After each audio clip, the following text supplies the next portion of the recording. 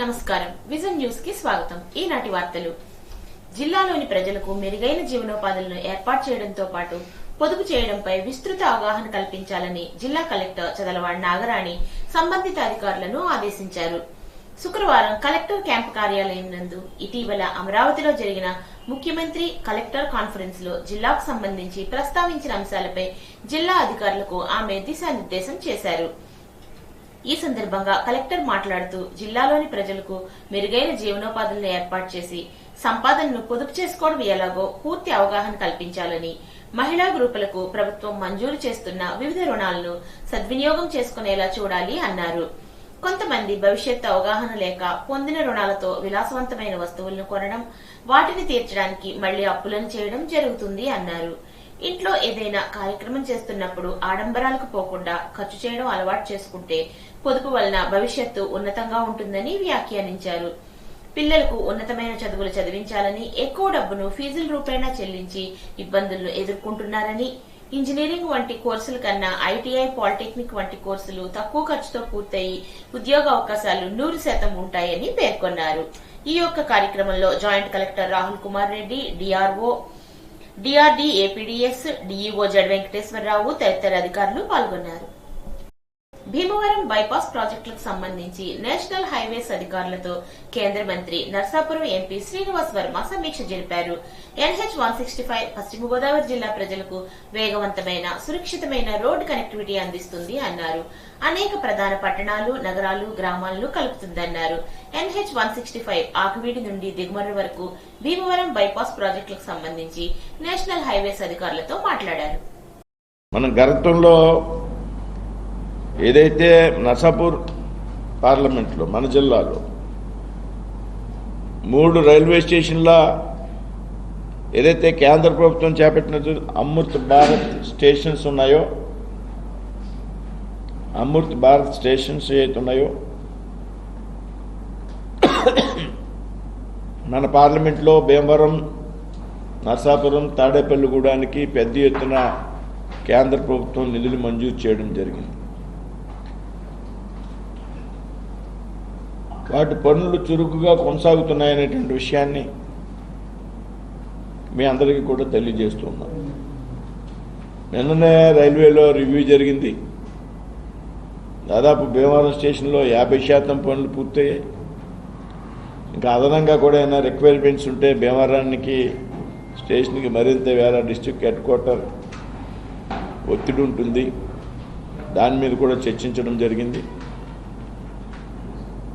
అదేవిధంగా ఈ ప్రాంతానికి కాదు, దేశంలో అన్ని చోట్ల కూడా ఒక పాలసీ డెసిషన్ ఏదైతే కరోనాలో కొన్ని రైల్స్ ఆపేయడం జరిగింది.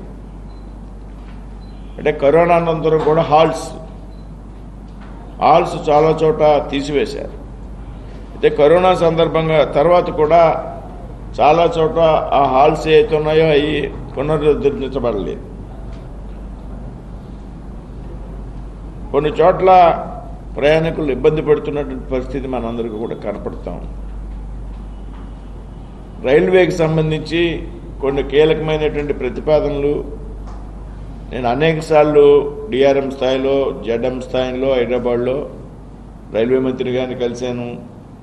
అనేక ప్రపోజల్స్ అలాగే హాల్స్ మీద విజ్ఞాపనలు ఇవ్వడం జరిగింది. ఇవన్నీ కూడా దాదాపుగా ఒక కొలిక్కి వచ్చేటువంటి దశలో. ఆంధ్ర రాష్ట్ర మాజీ బీజేపీ అధ్యక్షుడు, ఇటీవల ఎమ్మెల్సీగా ఎన్నికైన సోము వీర్రాజు కేంద్ర సహాయ మంత్రి శ్రీనివాస్ వర్మ ఢిల్లీలో ప్రధాని నరేంద్ర మోడీని కలిశారు. ఈ భేటీలో రాష్ట్రంలో జరుగుతున్న పలు అభివృద్ది కార్యక్రమాలు, రాష్ట్ర ప్రస్తుత రాజకీయ పరిస్థితులు చర్చకు వచ్చాయి. ఆంధ్ర రాష్ట్ర వైద్య ఆరోగ్య శాఖ మంత్రి సత్యకుమార్ యాదవ్ కూడా ఈ కార్యక్రమంలో పాల్గొన్నారు. ఇక భీమవరంలో ఎటు చూసినా సీసీ రోడ్లే కనిపిస్తాయని రాష్ట్ర public accounts committee chairman, MLA Pulaparthi Ramanjaneyulu అన్నారు. శుక్రవారం భీమవరంలోని పలు వార్డుల్లో సుమారు 2,58,00,000తో నిర్మించిన సీసీ రోడ్లను ఎమ్మెల్యే అంజిబాబు, రాజ్యసభ మాజీ సభ్యురాలు తోట సీతారామలక్ష్మి ప్రారంభించారు. పట్టణంలోని 23వ వార్డులో 39,50,000తో బీటీ రోడ్డు, 20 వార్డులో 86 లక్షలతో సీసీ రోడ్డు, 23 లక్షలతో బీటీ రోడ్డు, 19వ వార్డులో 16 లక్షలతో సీసీ రోడ్డు, 7వ వార్డులో 16 లక్షలతో సీసీ రోడ్డు, 29వ వార్డు గొలవానితిప్ప రోడ్డులో 8 లక్షలతో 28 లక్షలతో సీసీ రోడ్డు, 24 లక్షలతో మొత్తం 2,58 లక్షలతో సీసీ రోడ్లను ఎమ్మెల్యే అంజిబాబు ప్రారంభించారు. భీమవరం నియోజకవర్గం ఎంతో శరవేగంగా అభివృద్ధి చెందుతుందని, అభివృద్ధితో కళకళలాడుతుందని అన్నారు. ఈ కార్యక్రమంలో కూటమి నాయకులు, కార్యకర్తలు, అభిమానులు, వీర మహిళలు, వార్డు పెద్దలు, ఇన్ఛార్జీలు పాల్గొన్నారు. మన భీమవరం పట్టణంలో ఈరోజు వివిధ రోడ్లు ప్రారంభోత్సవం చేసుకోవడం జరుగుతుంది. 23, 24, 26 వార్డులో ఎంతది 39,50,000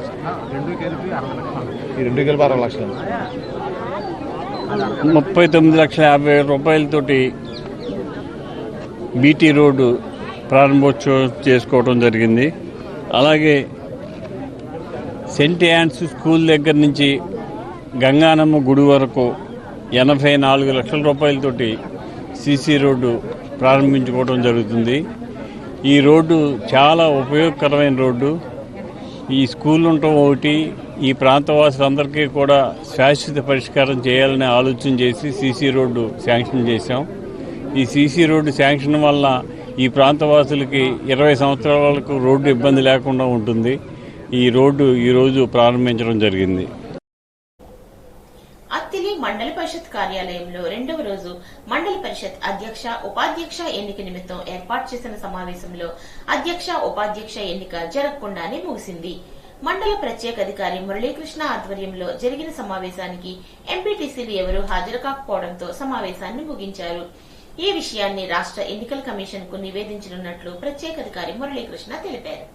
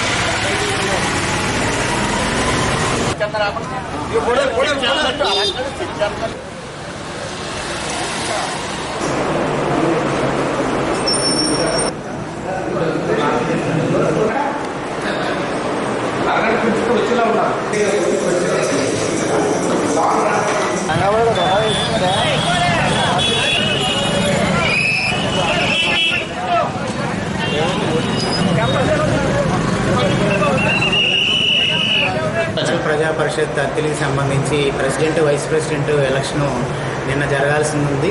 కానీ నిన్న ఎంపీటీసీ సభ్యులు ఎవరూ హాజరు కానందున, కోరం లేనందున ఈ రోజుకి ఎన్నికల నిబంధనల మేరకు వాయిదా వేయబడింది.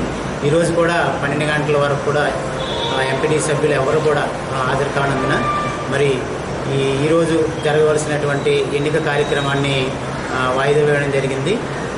దీన్ని స్టేట్ ఎలక్షన్ కమిషన్ వారికి నివేదించి తదుపరి తేదీ కొరకు నివేదించబడింది.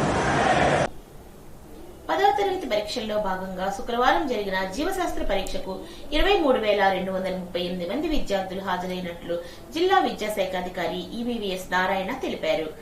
ఓఎస్ఎస్ పరీక్ష, సాంఘిక శాస్త్ర పరీక్షకు 359 మంది, 29 పరీక్షా కేంద్రాలను ఫ్లయింగ్ స్క్వాడ్లు, జిల్లా స్థాయి పరిశీలకులు 4 పరీక్షా కేంద్రాలను, జిల్లా విద్యాధికారి 5 పరీక్షా కేంద్రాలను, ప్రభుత్వ పరీక్షల సహాయ కమిషనర్ 5 పరీక్షా కేంద్రాలను తనిఖీ చేసినట్లు తెలిపారు.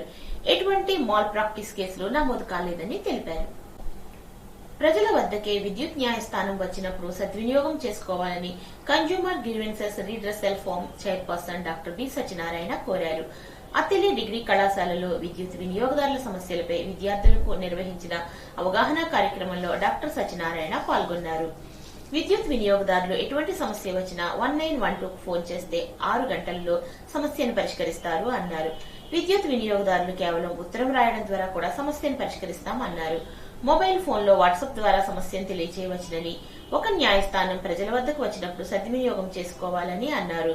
విద్యుత్ సమస్యలపై ఒక న్యాయస్థానం ఉన్న విషయాన్ని కుటుంబ సభ్యులకు, స్నేహితులకు తెలియజేయాలని చైర్పర్సన్ డాక్టర్ సత్యనారాయణ కోరారు. నిర్ణీత సమస్యను పరిష్కరించకపోతే సంబంధిత అధికారి నుండి రోజుకు 100 రూపాయల చొప్పున వారి జీతం నుండి మినహాయించి వినియోగదారులకు అందజేస్తామని తెలిపారు. సాంకేతిక సభ్యులు సురేఖారాణి, ఆర్థిక సమస్యలపై షేక్ బాబర్ మాట్లాడారు. ట్రాన్స్కో అధికారులు ఈ సమావేశంలో పాల్గొన్నారు. జిల్లాలోని మహిళలు గుర్రపు డెక్క ద్వారా వర్మీ కంపోస్ట్ వివిధ వస్తువులను తయారు చేసి మార్కెటింగ్ చేసేందుకు సిద్ధంగా ఉండాలని, దీనికి సంబంధించిన చర్యలను వేగవంతం చేయాలని డిఆర్డీఏ ప్రాజెక్ట్ డైరెక్టర్ను జిల్లా కలెక్టర్ ఆదేశించారు. శుక్రవారం కలెక్టర్ మాట్లాడుతూ పాలకోడేరు మండలం గొల్లలకోడేరు వంతెన వద్ద డ్రైన్లో గుర్రపు డెక్కను పరిశీలించారు. ఈ సందర్భంగా కలెక్టర్ అక్కడ ఉన్న మహిళలతో గుర్రపు డెక్కను ఎలా సద్వినియోగం చేసుకోవాలి, ఆదాయాన్ని ఎలా పొందాలో వివరించారు. గుర్రపు డెక్క కారణంగా సాగునీటి ప్రవాహానికి ఆటంకం ఉండడంతో వరదల సమయంలో జిల్లాలో వేలాది ఎకరాలు ముంపుకు గురవుతున్నాయని, దీన్ని నివారించేందుకు ఆలోచన చేసి దీన్ని వినియోగించి వర్మీ కంపోస్ట్ ప్రత్యామ్నాయ వస్తువులు రూపొందించేందుకు సన్నాహాలు చేయాలని ఆదేశించారు. చాప్ కటర్స్ తో గుర్రపు డెక్కను ముక్కలుగా కట్ చేసి తొలి దశలో వర్మీ కంపోస్ట్ తయారు చేసుకోవడానికి అవకాశం ఉంది అన్నారు. వర్మీ కంపోస్ట్ యూనిట్స్ ఏర్పాటుకు మహిళలు ముందుకు రావాలి అన్నారు. ప్రతి సంవత్సరం గుర్రపు డెక్క నిర్మూలనకు కోట్లాది రూపాయలు నీటిపారుదల శాఖ ఖర్చు చేస్తుందని, దీనికి చాలా విషపూరితమైన మందులను వినియోగించడం వలన తాగునీటి వనరులు పెద్ద ఎత్తున కలుషితమవుతున్నాయని, తద్వారా ప్రజలకు ఆరోగ్య సమస్యలు, జంతువులకు, జలచరాలకు కూడా నష్టం జరుగుతుందని అన్నారు. కాబట్టి గుర్రపు డెక్కను సద్వినియోగం చేసుకుని జిల్లాను వరదల నుంచి రక్షించుకోవడంతో పాటు ప్రభుత్వానికి కోట్ల రూపాయలు ఆదా చేయవచ్చునని, ప్రజలకు, జలచరాలకు మేలు కూడా చేయవచ్చునని అన్నారు. ఈ సందర్భంగా డిఆర్డీఏ పీడీ వేణుగోపాల్, తహసీల్దార్ తదితర అధికారులు, మహిళలు ఈ కార్యక్రమంలో పాల్గొన్నారు. అదనపు ఛార్జీలు, సర్దుబాటు ఛార్జీల పేరిట పెంచిన విద్యుత్ ఛార్జీలను వెంటనే తగ్గించాలని సిపిఎం జిల్లా నాయకులు దనికొండ శ్రీనివాస్ రాష్ట్ర ప్రభుత్వాన్ని డిమాండ్ చేశారు. రాష్ట్ర కమిటీ పిలుపు మేరకు ఉండి సిపిఎం మండల కార్యదర్శి చీర్ల శేషు ఆధ్వర్యంలో స్థానిక విద్యుత్ కార్యాలయం వద్ద నిరసన కార్యక్రమాన్ని చేపట్టారు. ఈ కార్యక్రమంలో పాల్గొన్న శ్రీనివాస్ మాట్లాడుతూ, నాటి ప్రతిపక్ష నేత, నేటి ముఖ్యమంత్రి చంద్రబాబు ఎన్నికల ప్రచారంలో భాగంగా కూటమి అధికారంలోకి వస్తే విద్యుత్ ఛార్జీలను నియంత్రిస్తామని హామీ ఇచ్చి ఆ హామీను ఎన్నికల తర్వాత తుంగలో తొక్కారని విమర్శించారు. అదనపు ఛార్జీలు, సర్దుబాటు ఛార్జీల పేరిట 2022-23 సంవత్సరాల విద్యుత్ బిల్లులను నేటి బిల్లులతో కలిపి రెట్టింపు బిల్లులు వసూలు చేయడం దుర్మార్గం అన్నారు. ఇప్పటికే నిత్యావసర వస్తువుల సరుకులు తగ్గించడంలో కూటమి ప్రభుత్వం విఫలమైందని, విద్యుత్ ఛార్జీలు తగ్గించడంలోనూ విఫలమై 10 నెలల కాలంలో ప్రజా వ్యతిరేక విధానాలను అనుసరిస్తుందని, దీనికి తగిన మూల్యం చెల్లించుకోక తప్పదని అన్నారు. ఈ కార్యక్రమంలో కిలారి తవిటనాయుడు, కొట్లాడ వెంకటేశ్వరరావు, రామపూరి వెంకటరత్నం, చీర్ల శ్రీనివాస్, నక్కా వెంకటేశ్వర్లు, పెళ్లూరి సుబ్రహ్మణ్యం, మోపిదేవి రాము, విజయరామరాజు తదితరులు పాల్గొన్నారు. వాగ్దానాలు చేసి ఆ వాగ్దానాన్ని తుంగలో తొక్కారు చంద్రబాబు నాయుడు. పెంచిన కరెంట్ ఛార్జీలు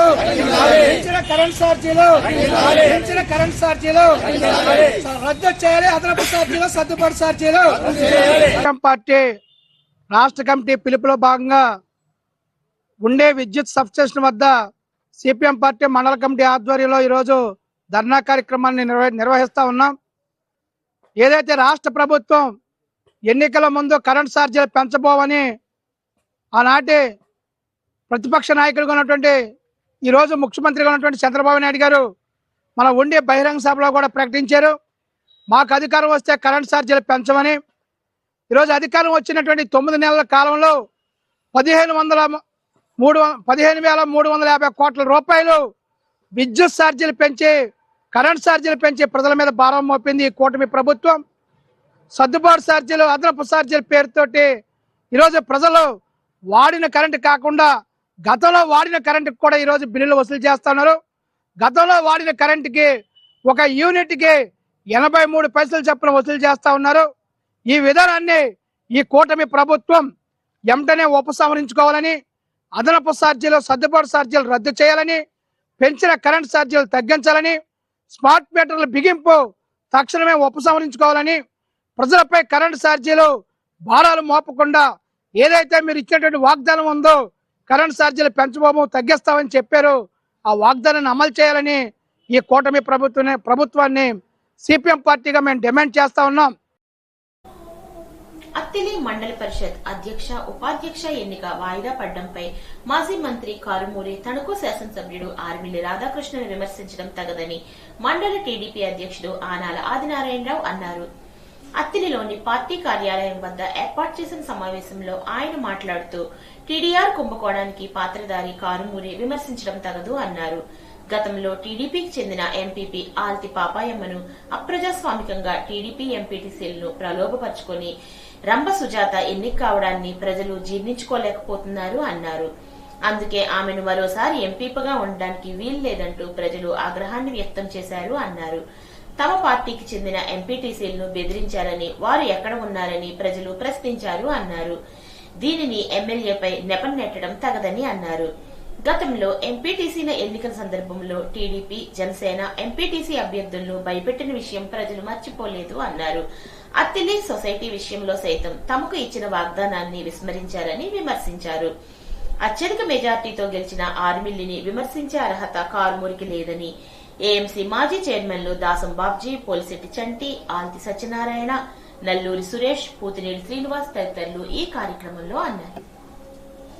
తెలుగుదేశం పరిపాలనలో ఆల్తి పాపాయమ్మ గారు ఎంపీపీగా ఉండగా అప్రజాస్వామికంగా తెలుగుదేశం ఎంపీటీసీలను కొనుగోలు చేసి ఆమెని పదవి నుంచి కిందకి దించివేసి రంప సుచేత అనే ఎంపీటీసీని, కాంగ్రెస్ ఎంపీటీసీని ఆ రోజున ఎంపీపీగా చేసిన విషయం ప్రజలందరికీ ఎంతో బాధ కలిగించింది. ఈ రోజున అదే రంప సుచేత గారిని మళ్ళా ఎంపీపీగా చేయడాన్ని ప్రజలు ఒప్పుకోకుండా ఆవిడ మాకు వద్దని చెప్పి ఈ రోజున కారుమూరి ఇంటికి ప్రజలు ఆగ్రహావేశాలతో వెళ్లి నిరసన వ్యక్తం చేయడం జరిగింది. ప్రజాగ్రహానికి గురైన కారుమూరి జరిగిన విషయాన్ని, ప్రజలు అడిగిన ప్రశ్నలకి సమాధానం చెప్పలేక నిశ్చేష్టుడైన ఇంటి ముందు కుర్చీలో కూర్చున్న విషయం ప్రజలందరూ కూడా చూశారు. ఆయన దాన్ని కప్పిపుచ్చుకుంటూ ఎంపీటీసీని రానివ్వలేదు, వెళ్ళనివ్వలేదని చెప్పి చెప్పడం ఎంతమాత్రం సరికాదు. ఎంపీటీసీల విషయంలో అన్యాయం ఏదైనా జరిగిందంటే మాకు జరిగింది. తెలుగుదేశం ఎంపీటీసీలని భయభ్రాంతులకు గురి చేసి బెదిరించి తీసుకెళ్లిపోయిన ఈ కారుమూరి గారు మా ఎంపీటీసీల విషయం, మా ఎంపీటీసీలు ఎక్కడున్నారు, మా ఎంపీటీసీలు మాకు కావాలని చెప్పి మేము అడగడానికి మేము వెళ్ళాం. ప్రజాగ్రహానికి గురై సమావేశానికి వెళ్ళలేక ఇవాళ ఇదంతా కూడా రాధాకృష్ణ గారిదే అని చెప్పి ఆయన మీద నెపం వేయడం సరికాదని చెప్పి తెలియజేసుకుంటూ ప్రజలు ఎవరిని కోరుకున్నారో, ఎవరిని వద్దని తిరస్కరించారో అంతా పోజేస్తే 8 నెలలు 9 నెలలు అయింది. 72,121 ఓట్ల మెజార్టీతో కారుమూరి గారి మీద నెక్కింది ఆర్మిల్లి రాధాకృష్ణ గారు అన్న విషయం కారుమూరి గారు మర్చిపోయారని చెప్పి మేము అడుగుతున్నాం. ఆర్మిల్లి రాధాకృష్ణ గారు అభివృద్ధి కోసం తప్పించే వ్యక్తి, సంక్షేమం కోసం పాటుపడే వ్యక్తి, ప్రజలు కోరుకున్న వ్యక్తి. గతంలో జరిగిన ఎంపీపీ ఎన్నికల్లో కూడా తెలుగుదేశం తరఫున పోటీ చేసిన అభ్యర్థుల్ని, జనసేన తరఫున పోటీ చేసిన అభ్యర్థుల్ని మీరు భయపెట్టి మీరు విత్డ్రా చేయించిన విషయాలు వాస్తవం కాదా అని చెప్పేసి అడుగుతున్నాం. మీరు చేసిన దుశ్చర్యల్లో భాగం అత్తిలి సొసైటీ విషయంలో కూడా మీరు ఒకసారి అత్తిని చూసుకోవాలి.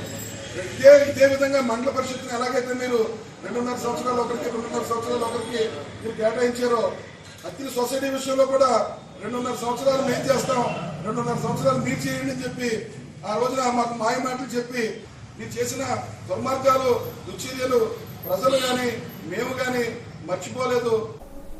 విద్యుత్ వినియోగదారుల వద్దకే విద్యుత్ కోట్లు వస్తున్నందున ప్రతి ఒక్కరూ సద్వినియోగం చేసుకోవాలని అత్తిలి ట్రాన్స్కో కార్యాలయం వద్ద ఏర్పాటు చేసిన విద్యుత్ వినియోగదారుల సమస్యల పరిష్కార వేదికలో CGRF chairperson doctor P Satyanarayana కోరారు. అత్తిలిలో జరిగినటువంటి వేదిక వద్దకు 7 ఫిర్యాదులు అందజేశారు. ఒక వ్యక్తి ఆధార్ కార్డుపై మరొకరు విద్యుత్ సదుపాయం పొందిన ఫిర్యాదు కూడా వచ్చిందని అన్నారు. తమ కోర్టుకు గత సంవత్సరం 567 ఫిర్యాదులు వచ్చాయని, 2 నెలల్లో 300 ఫిర్యాదులు వచ్చాయని, తమ పరిధిలో గల 11 జిల్లాల్లో 108 కేసులకు నష్టపరిహారంగా 14,36,901 రూపాయలు అందజేశామని అన్నారు. విద్యుత్ ప్రమాదాలు జరిగినప్పుడు బాధితులకు న్యాయం చేస్తామని, ఏ సమస్య అయినా 2 సంవత్సరాల్లోపు తెలియజేయాలని, ఏ కోర్టులో కేసు లేకుండా ఉండాలని కార్యక్రమంలో సభ్యులు బి సురేఖరాణి, షేక్ బాబర్, ట్రాన్స్కో అధికారులు పాల్గొన్నారు.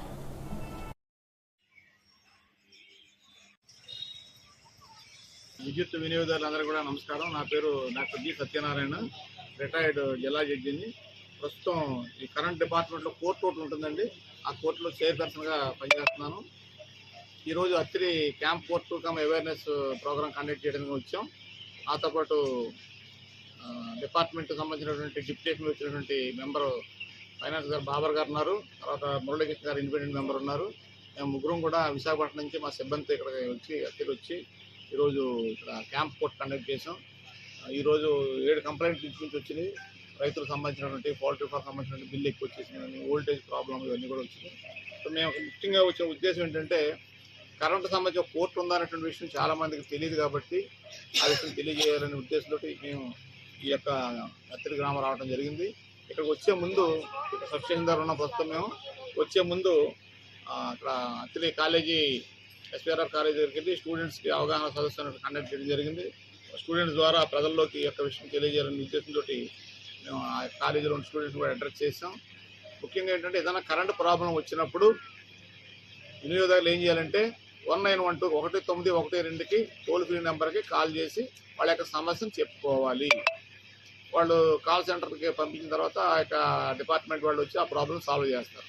ఒకవేళ కనుక వాళ్ళు సాల్వ్ చేయకపోయినట్లయితే మాకు ఉత్తరం రూపంలో కానీ, వాట్సాప్ ద్వారా కానీ, మెయిల్ ద్వారా కానీ, ఆన్లైన్లో కానీ ఏదో రకంగా స్వయంగా కానీ వచ్చి మాకు కంప్లీట్ రాతపూర్వకం ఇచ్చినట్లయితే ఆ యొక్క విషయాలను మేము పరిశీలన చేసి విచారణ చేసి ఒక కోర్టు ఏ మాదిరిగా చేస్తాం అదంతా కూడా ఆ ప్రక్రియ చేస్తూ 60 రోజుల్లో కేసు రిజిస్ట్రేషన్ చేసిన 60 రోజుల్లో తీర్పు అనేది చెప్తూ ఆ యొక్క కాపీని కూడా మేము కన్జ్యూమర్కి ఇంటికి ఫ్రీగా పంపించడం జరుగుతుంది.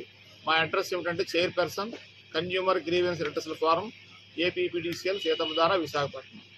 పాంప్లెట్ కూడా మీకు తెలియజేయడం జరుగుతుంది. అయితే ఇలాగ కేసులు అనేటువంటివి మా దాకా వస్తుంటాయి. లాస్ట్ ఇయర్ తీసుకున్నట్టయితే ఇంచుమించు 567 కేసులు వచ్చినాయి. అంతకుముందేమో 23లోనేమో 536 కేసులు వచ్చినాయి. ఈ యొక్క జనవరి, ఫిబ్రవరి, మార్చిలో ఇంచుమించు 300 కేసులు ఇంచుమించు వచ్చి ఉండొచ్చు. నిన్న మేము ఏలూరు పెదపాడు దగ్గరికి వెళ్ళిన ఇంచుమించు 29 కంప్లైంట్లు వచ్చినాయి. ఈరోజు 7 కంప్లైంట్లు వచ్చినాయి.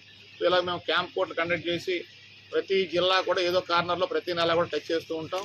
ఈ చుట్టుపక్కల తీసుకున్నట్టయితే అత్తిలి వచ్చాం, ఈరోజు ఇక్కడ వచ్చాం. కానీ చుట్టుపక్కల మనం తణుకు కండక్ట్ చేసాం, నిడదోలు కండక్ట్ చేసాం, వీరవాసరం కండక్ట్ చేసాం, మన పాలకొల కండక్ట్ చేసాం, తర్వాత తిరుమండ్ర ఇవన్నీ కూడా ఏరియాలన్నీ కూడా మేము ఈ యొక్క క్యాంప్ కోర్ట్ కండక్ట్ చేయడం జరిగింది.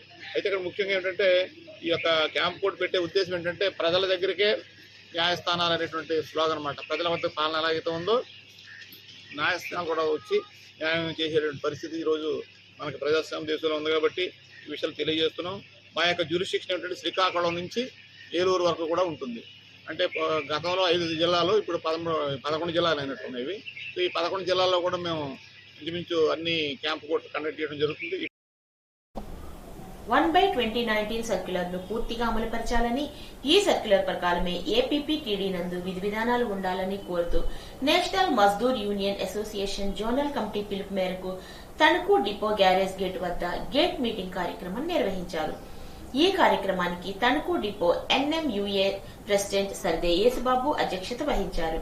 Tanuku depot NMUA committee joint secretary Subhashini, joint secretary TS Rao, assistant secretary PS Raju, public secretary KD Prasad, treasurer SV Rao, committee సభ్యులు ఈ కార్యక్రమంలో పాల్గొన్నారు.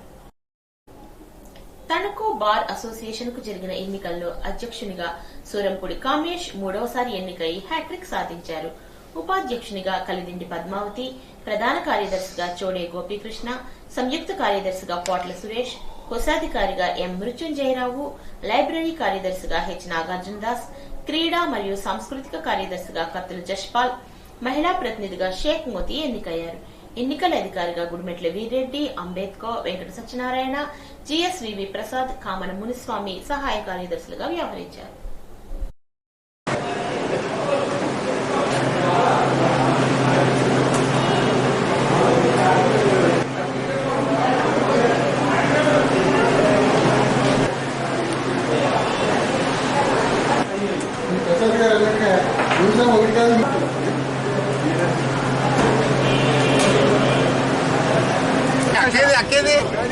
అక్క మరి ఎక్కడుందో నాయకత్వం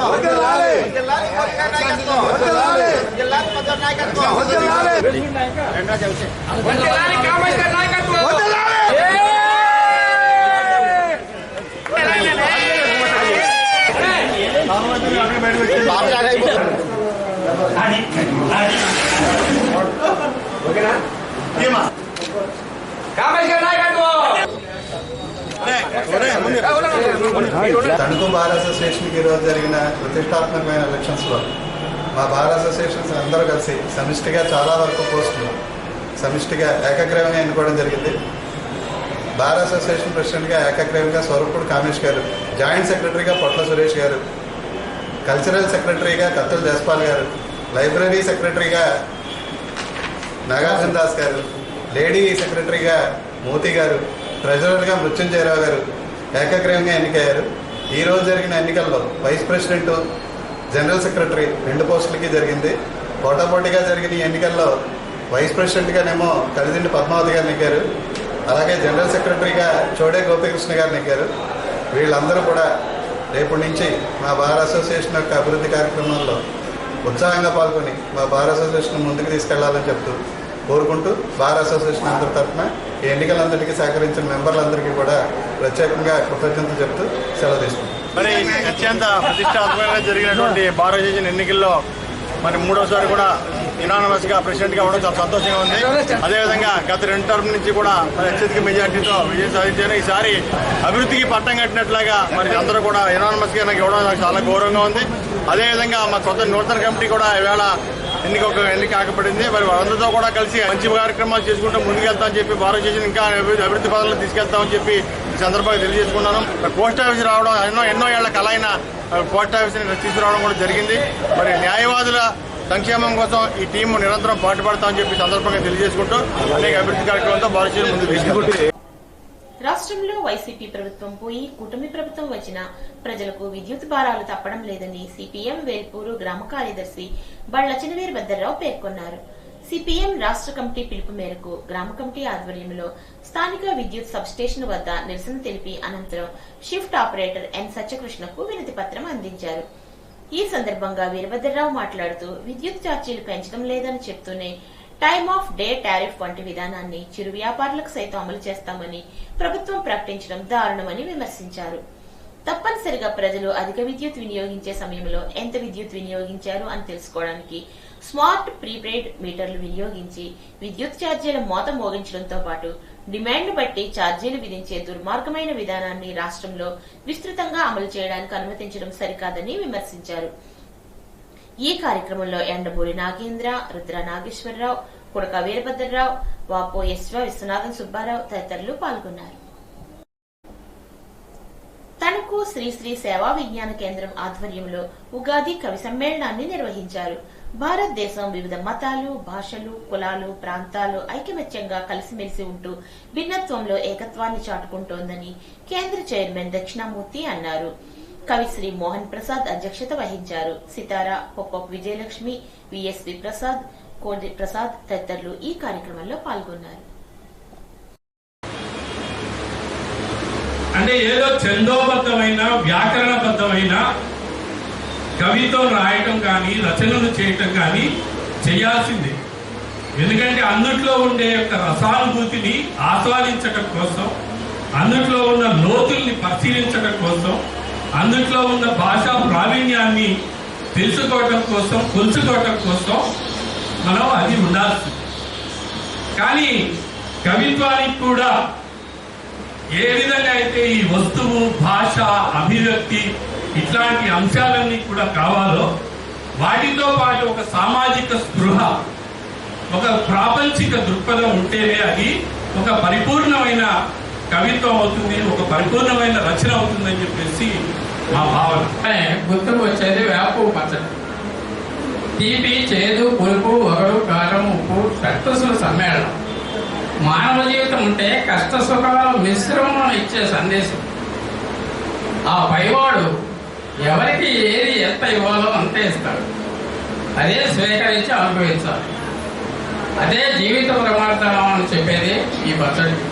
వేపపు పచ్చడి ప్రకృతి ప్రసాదం. ఎన్నో మతాలు, ఎన్నో భాషలు, ఎన్నో సంస్కృతులు, ఎన్నో తెగలు, ఎన్నో కులాలు సంతోషంగా సమర్థంగా కలిసి మెలిసి జీవిస్తే భిన్నత్వంలో ఏకత్వం అంటారు. దానికి ప్రత్యక్ష సాక్ష్యంగా మన భారతదేశాన్ని చూపిస్తారు.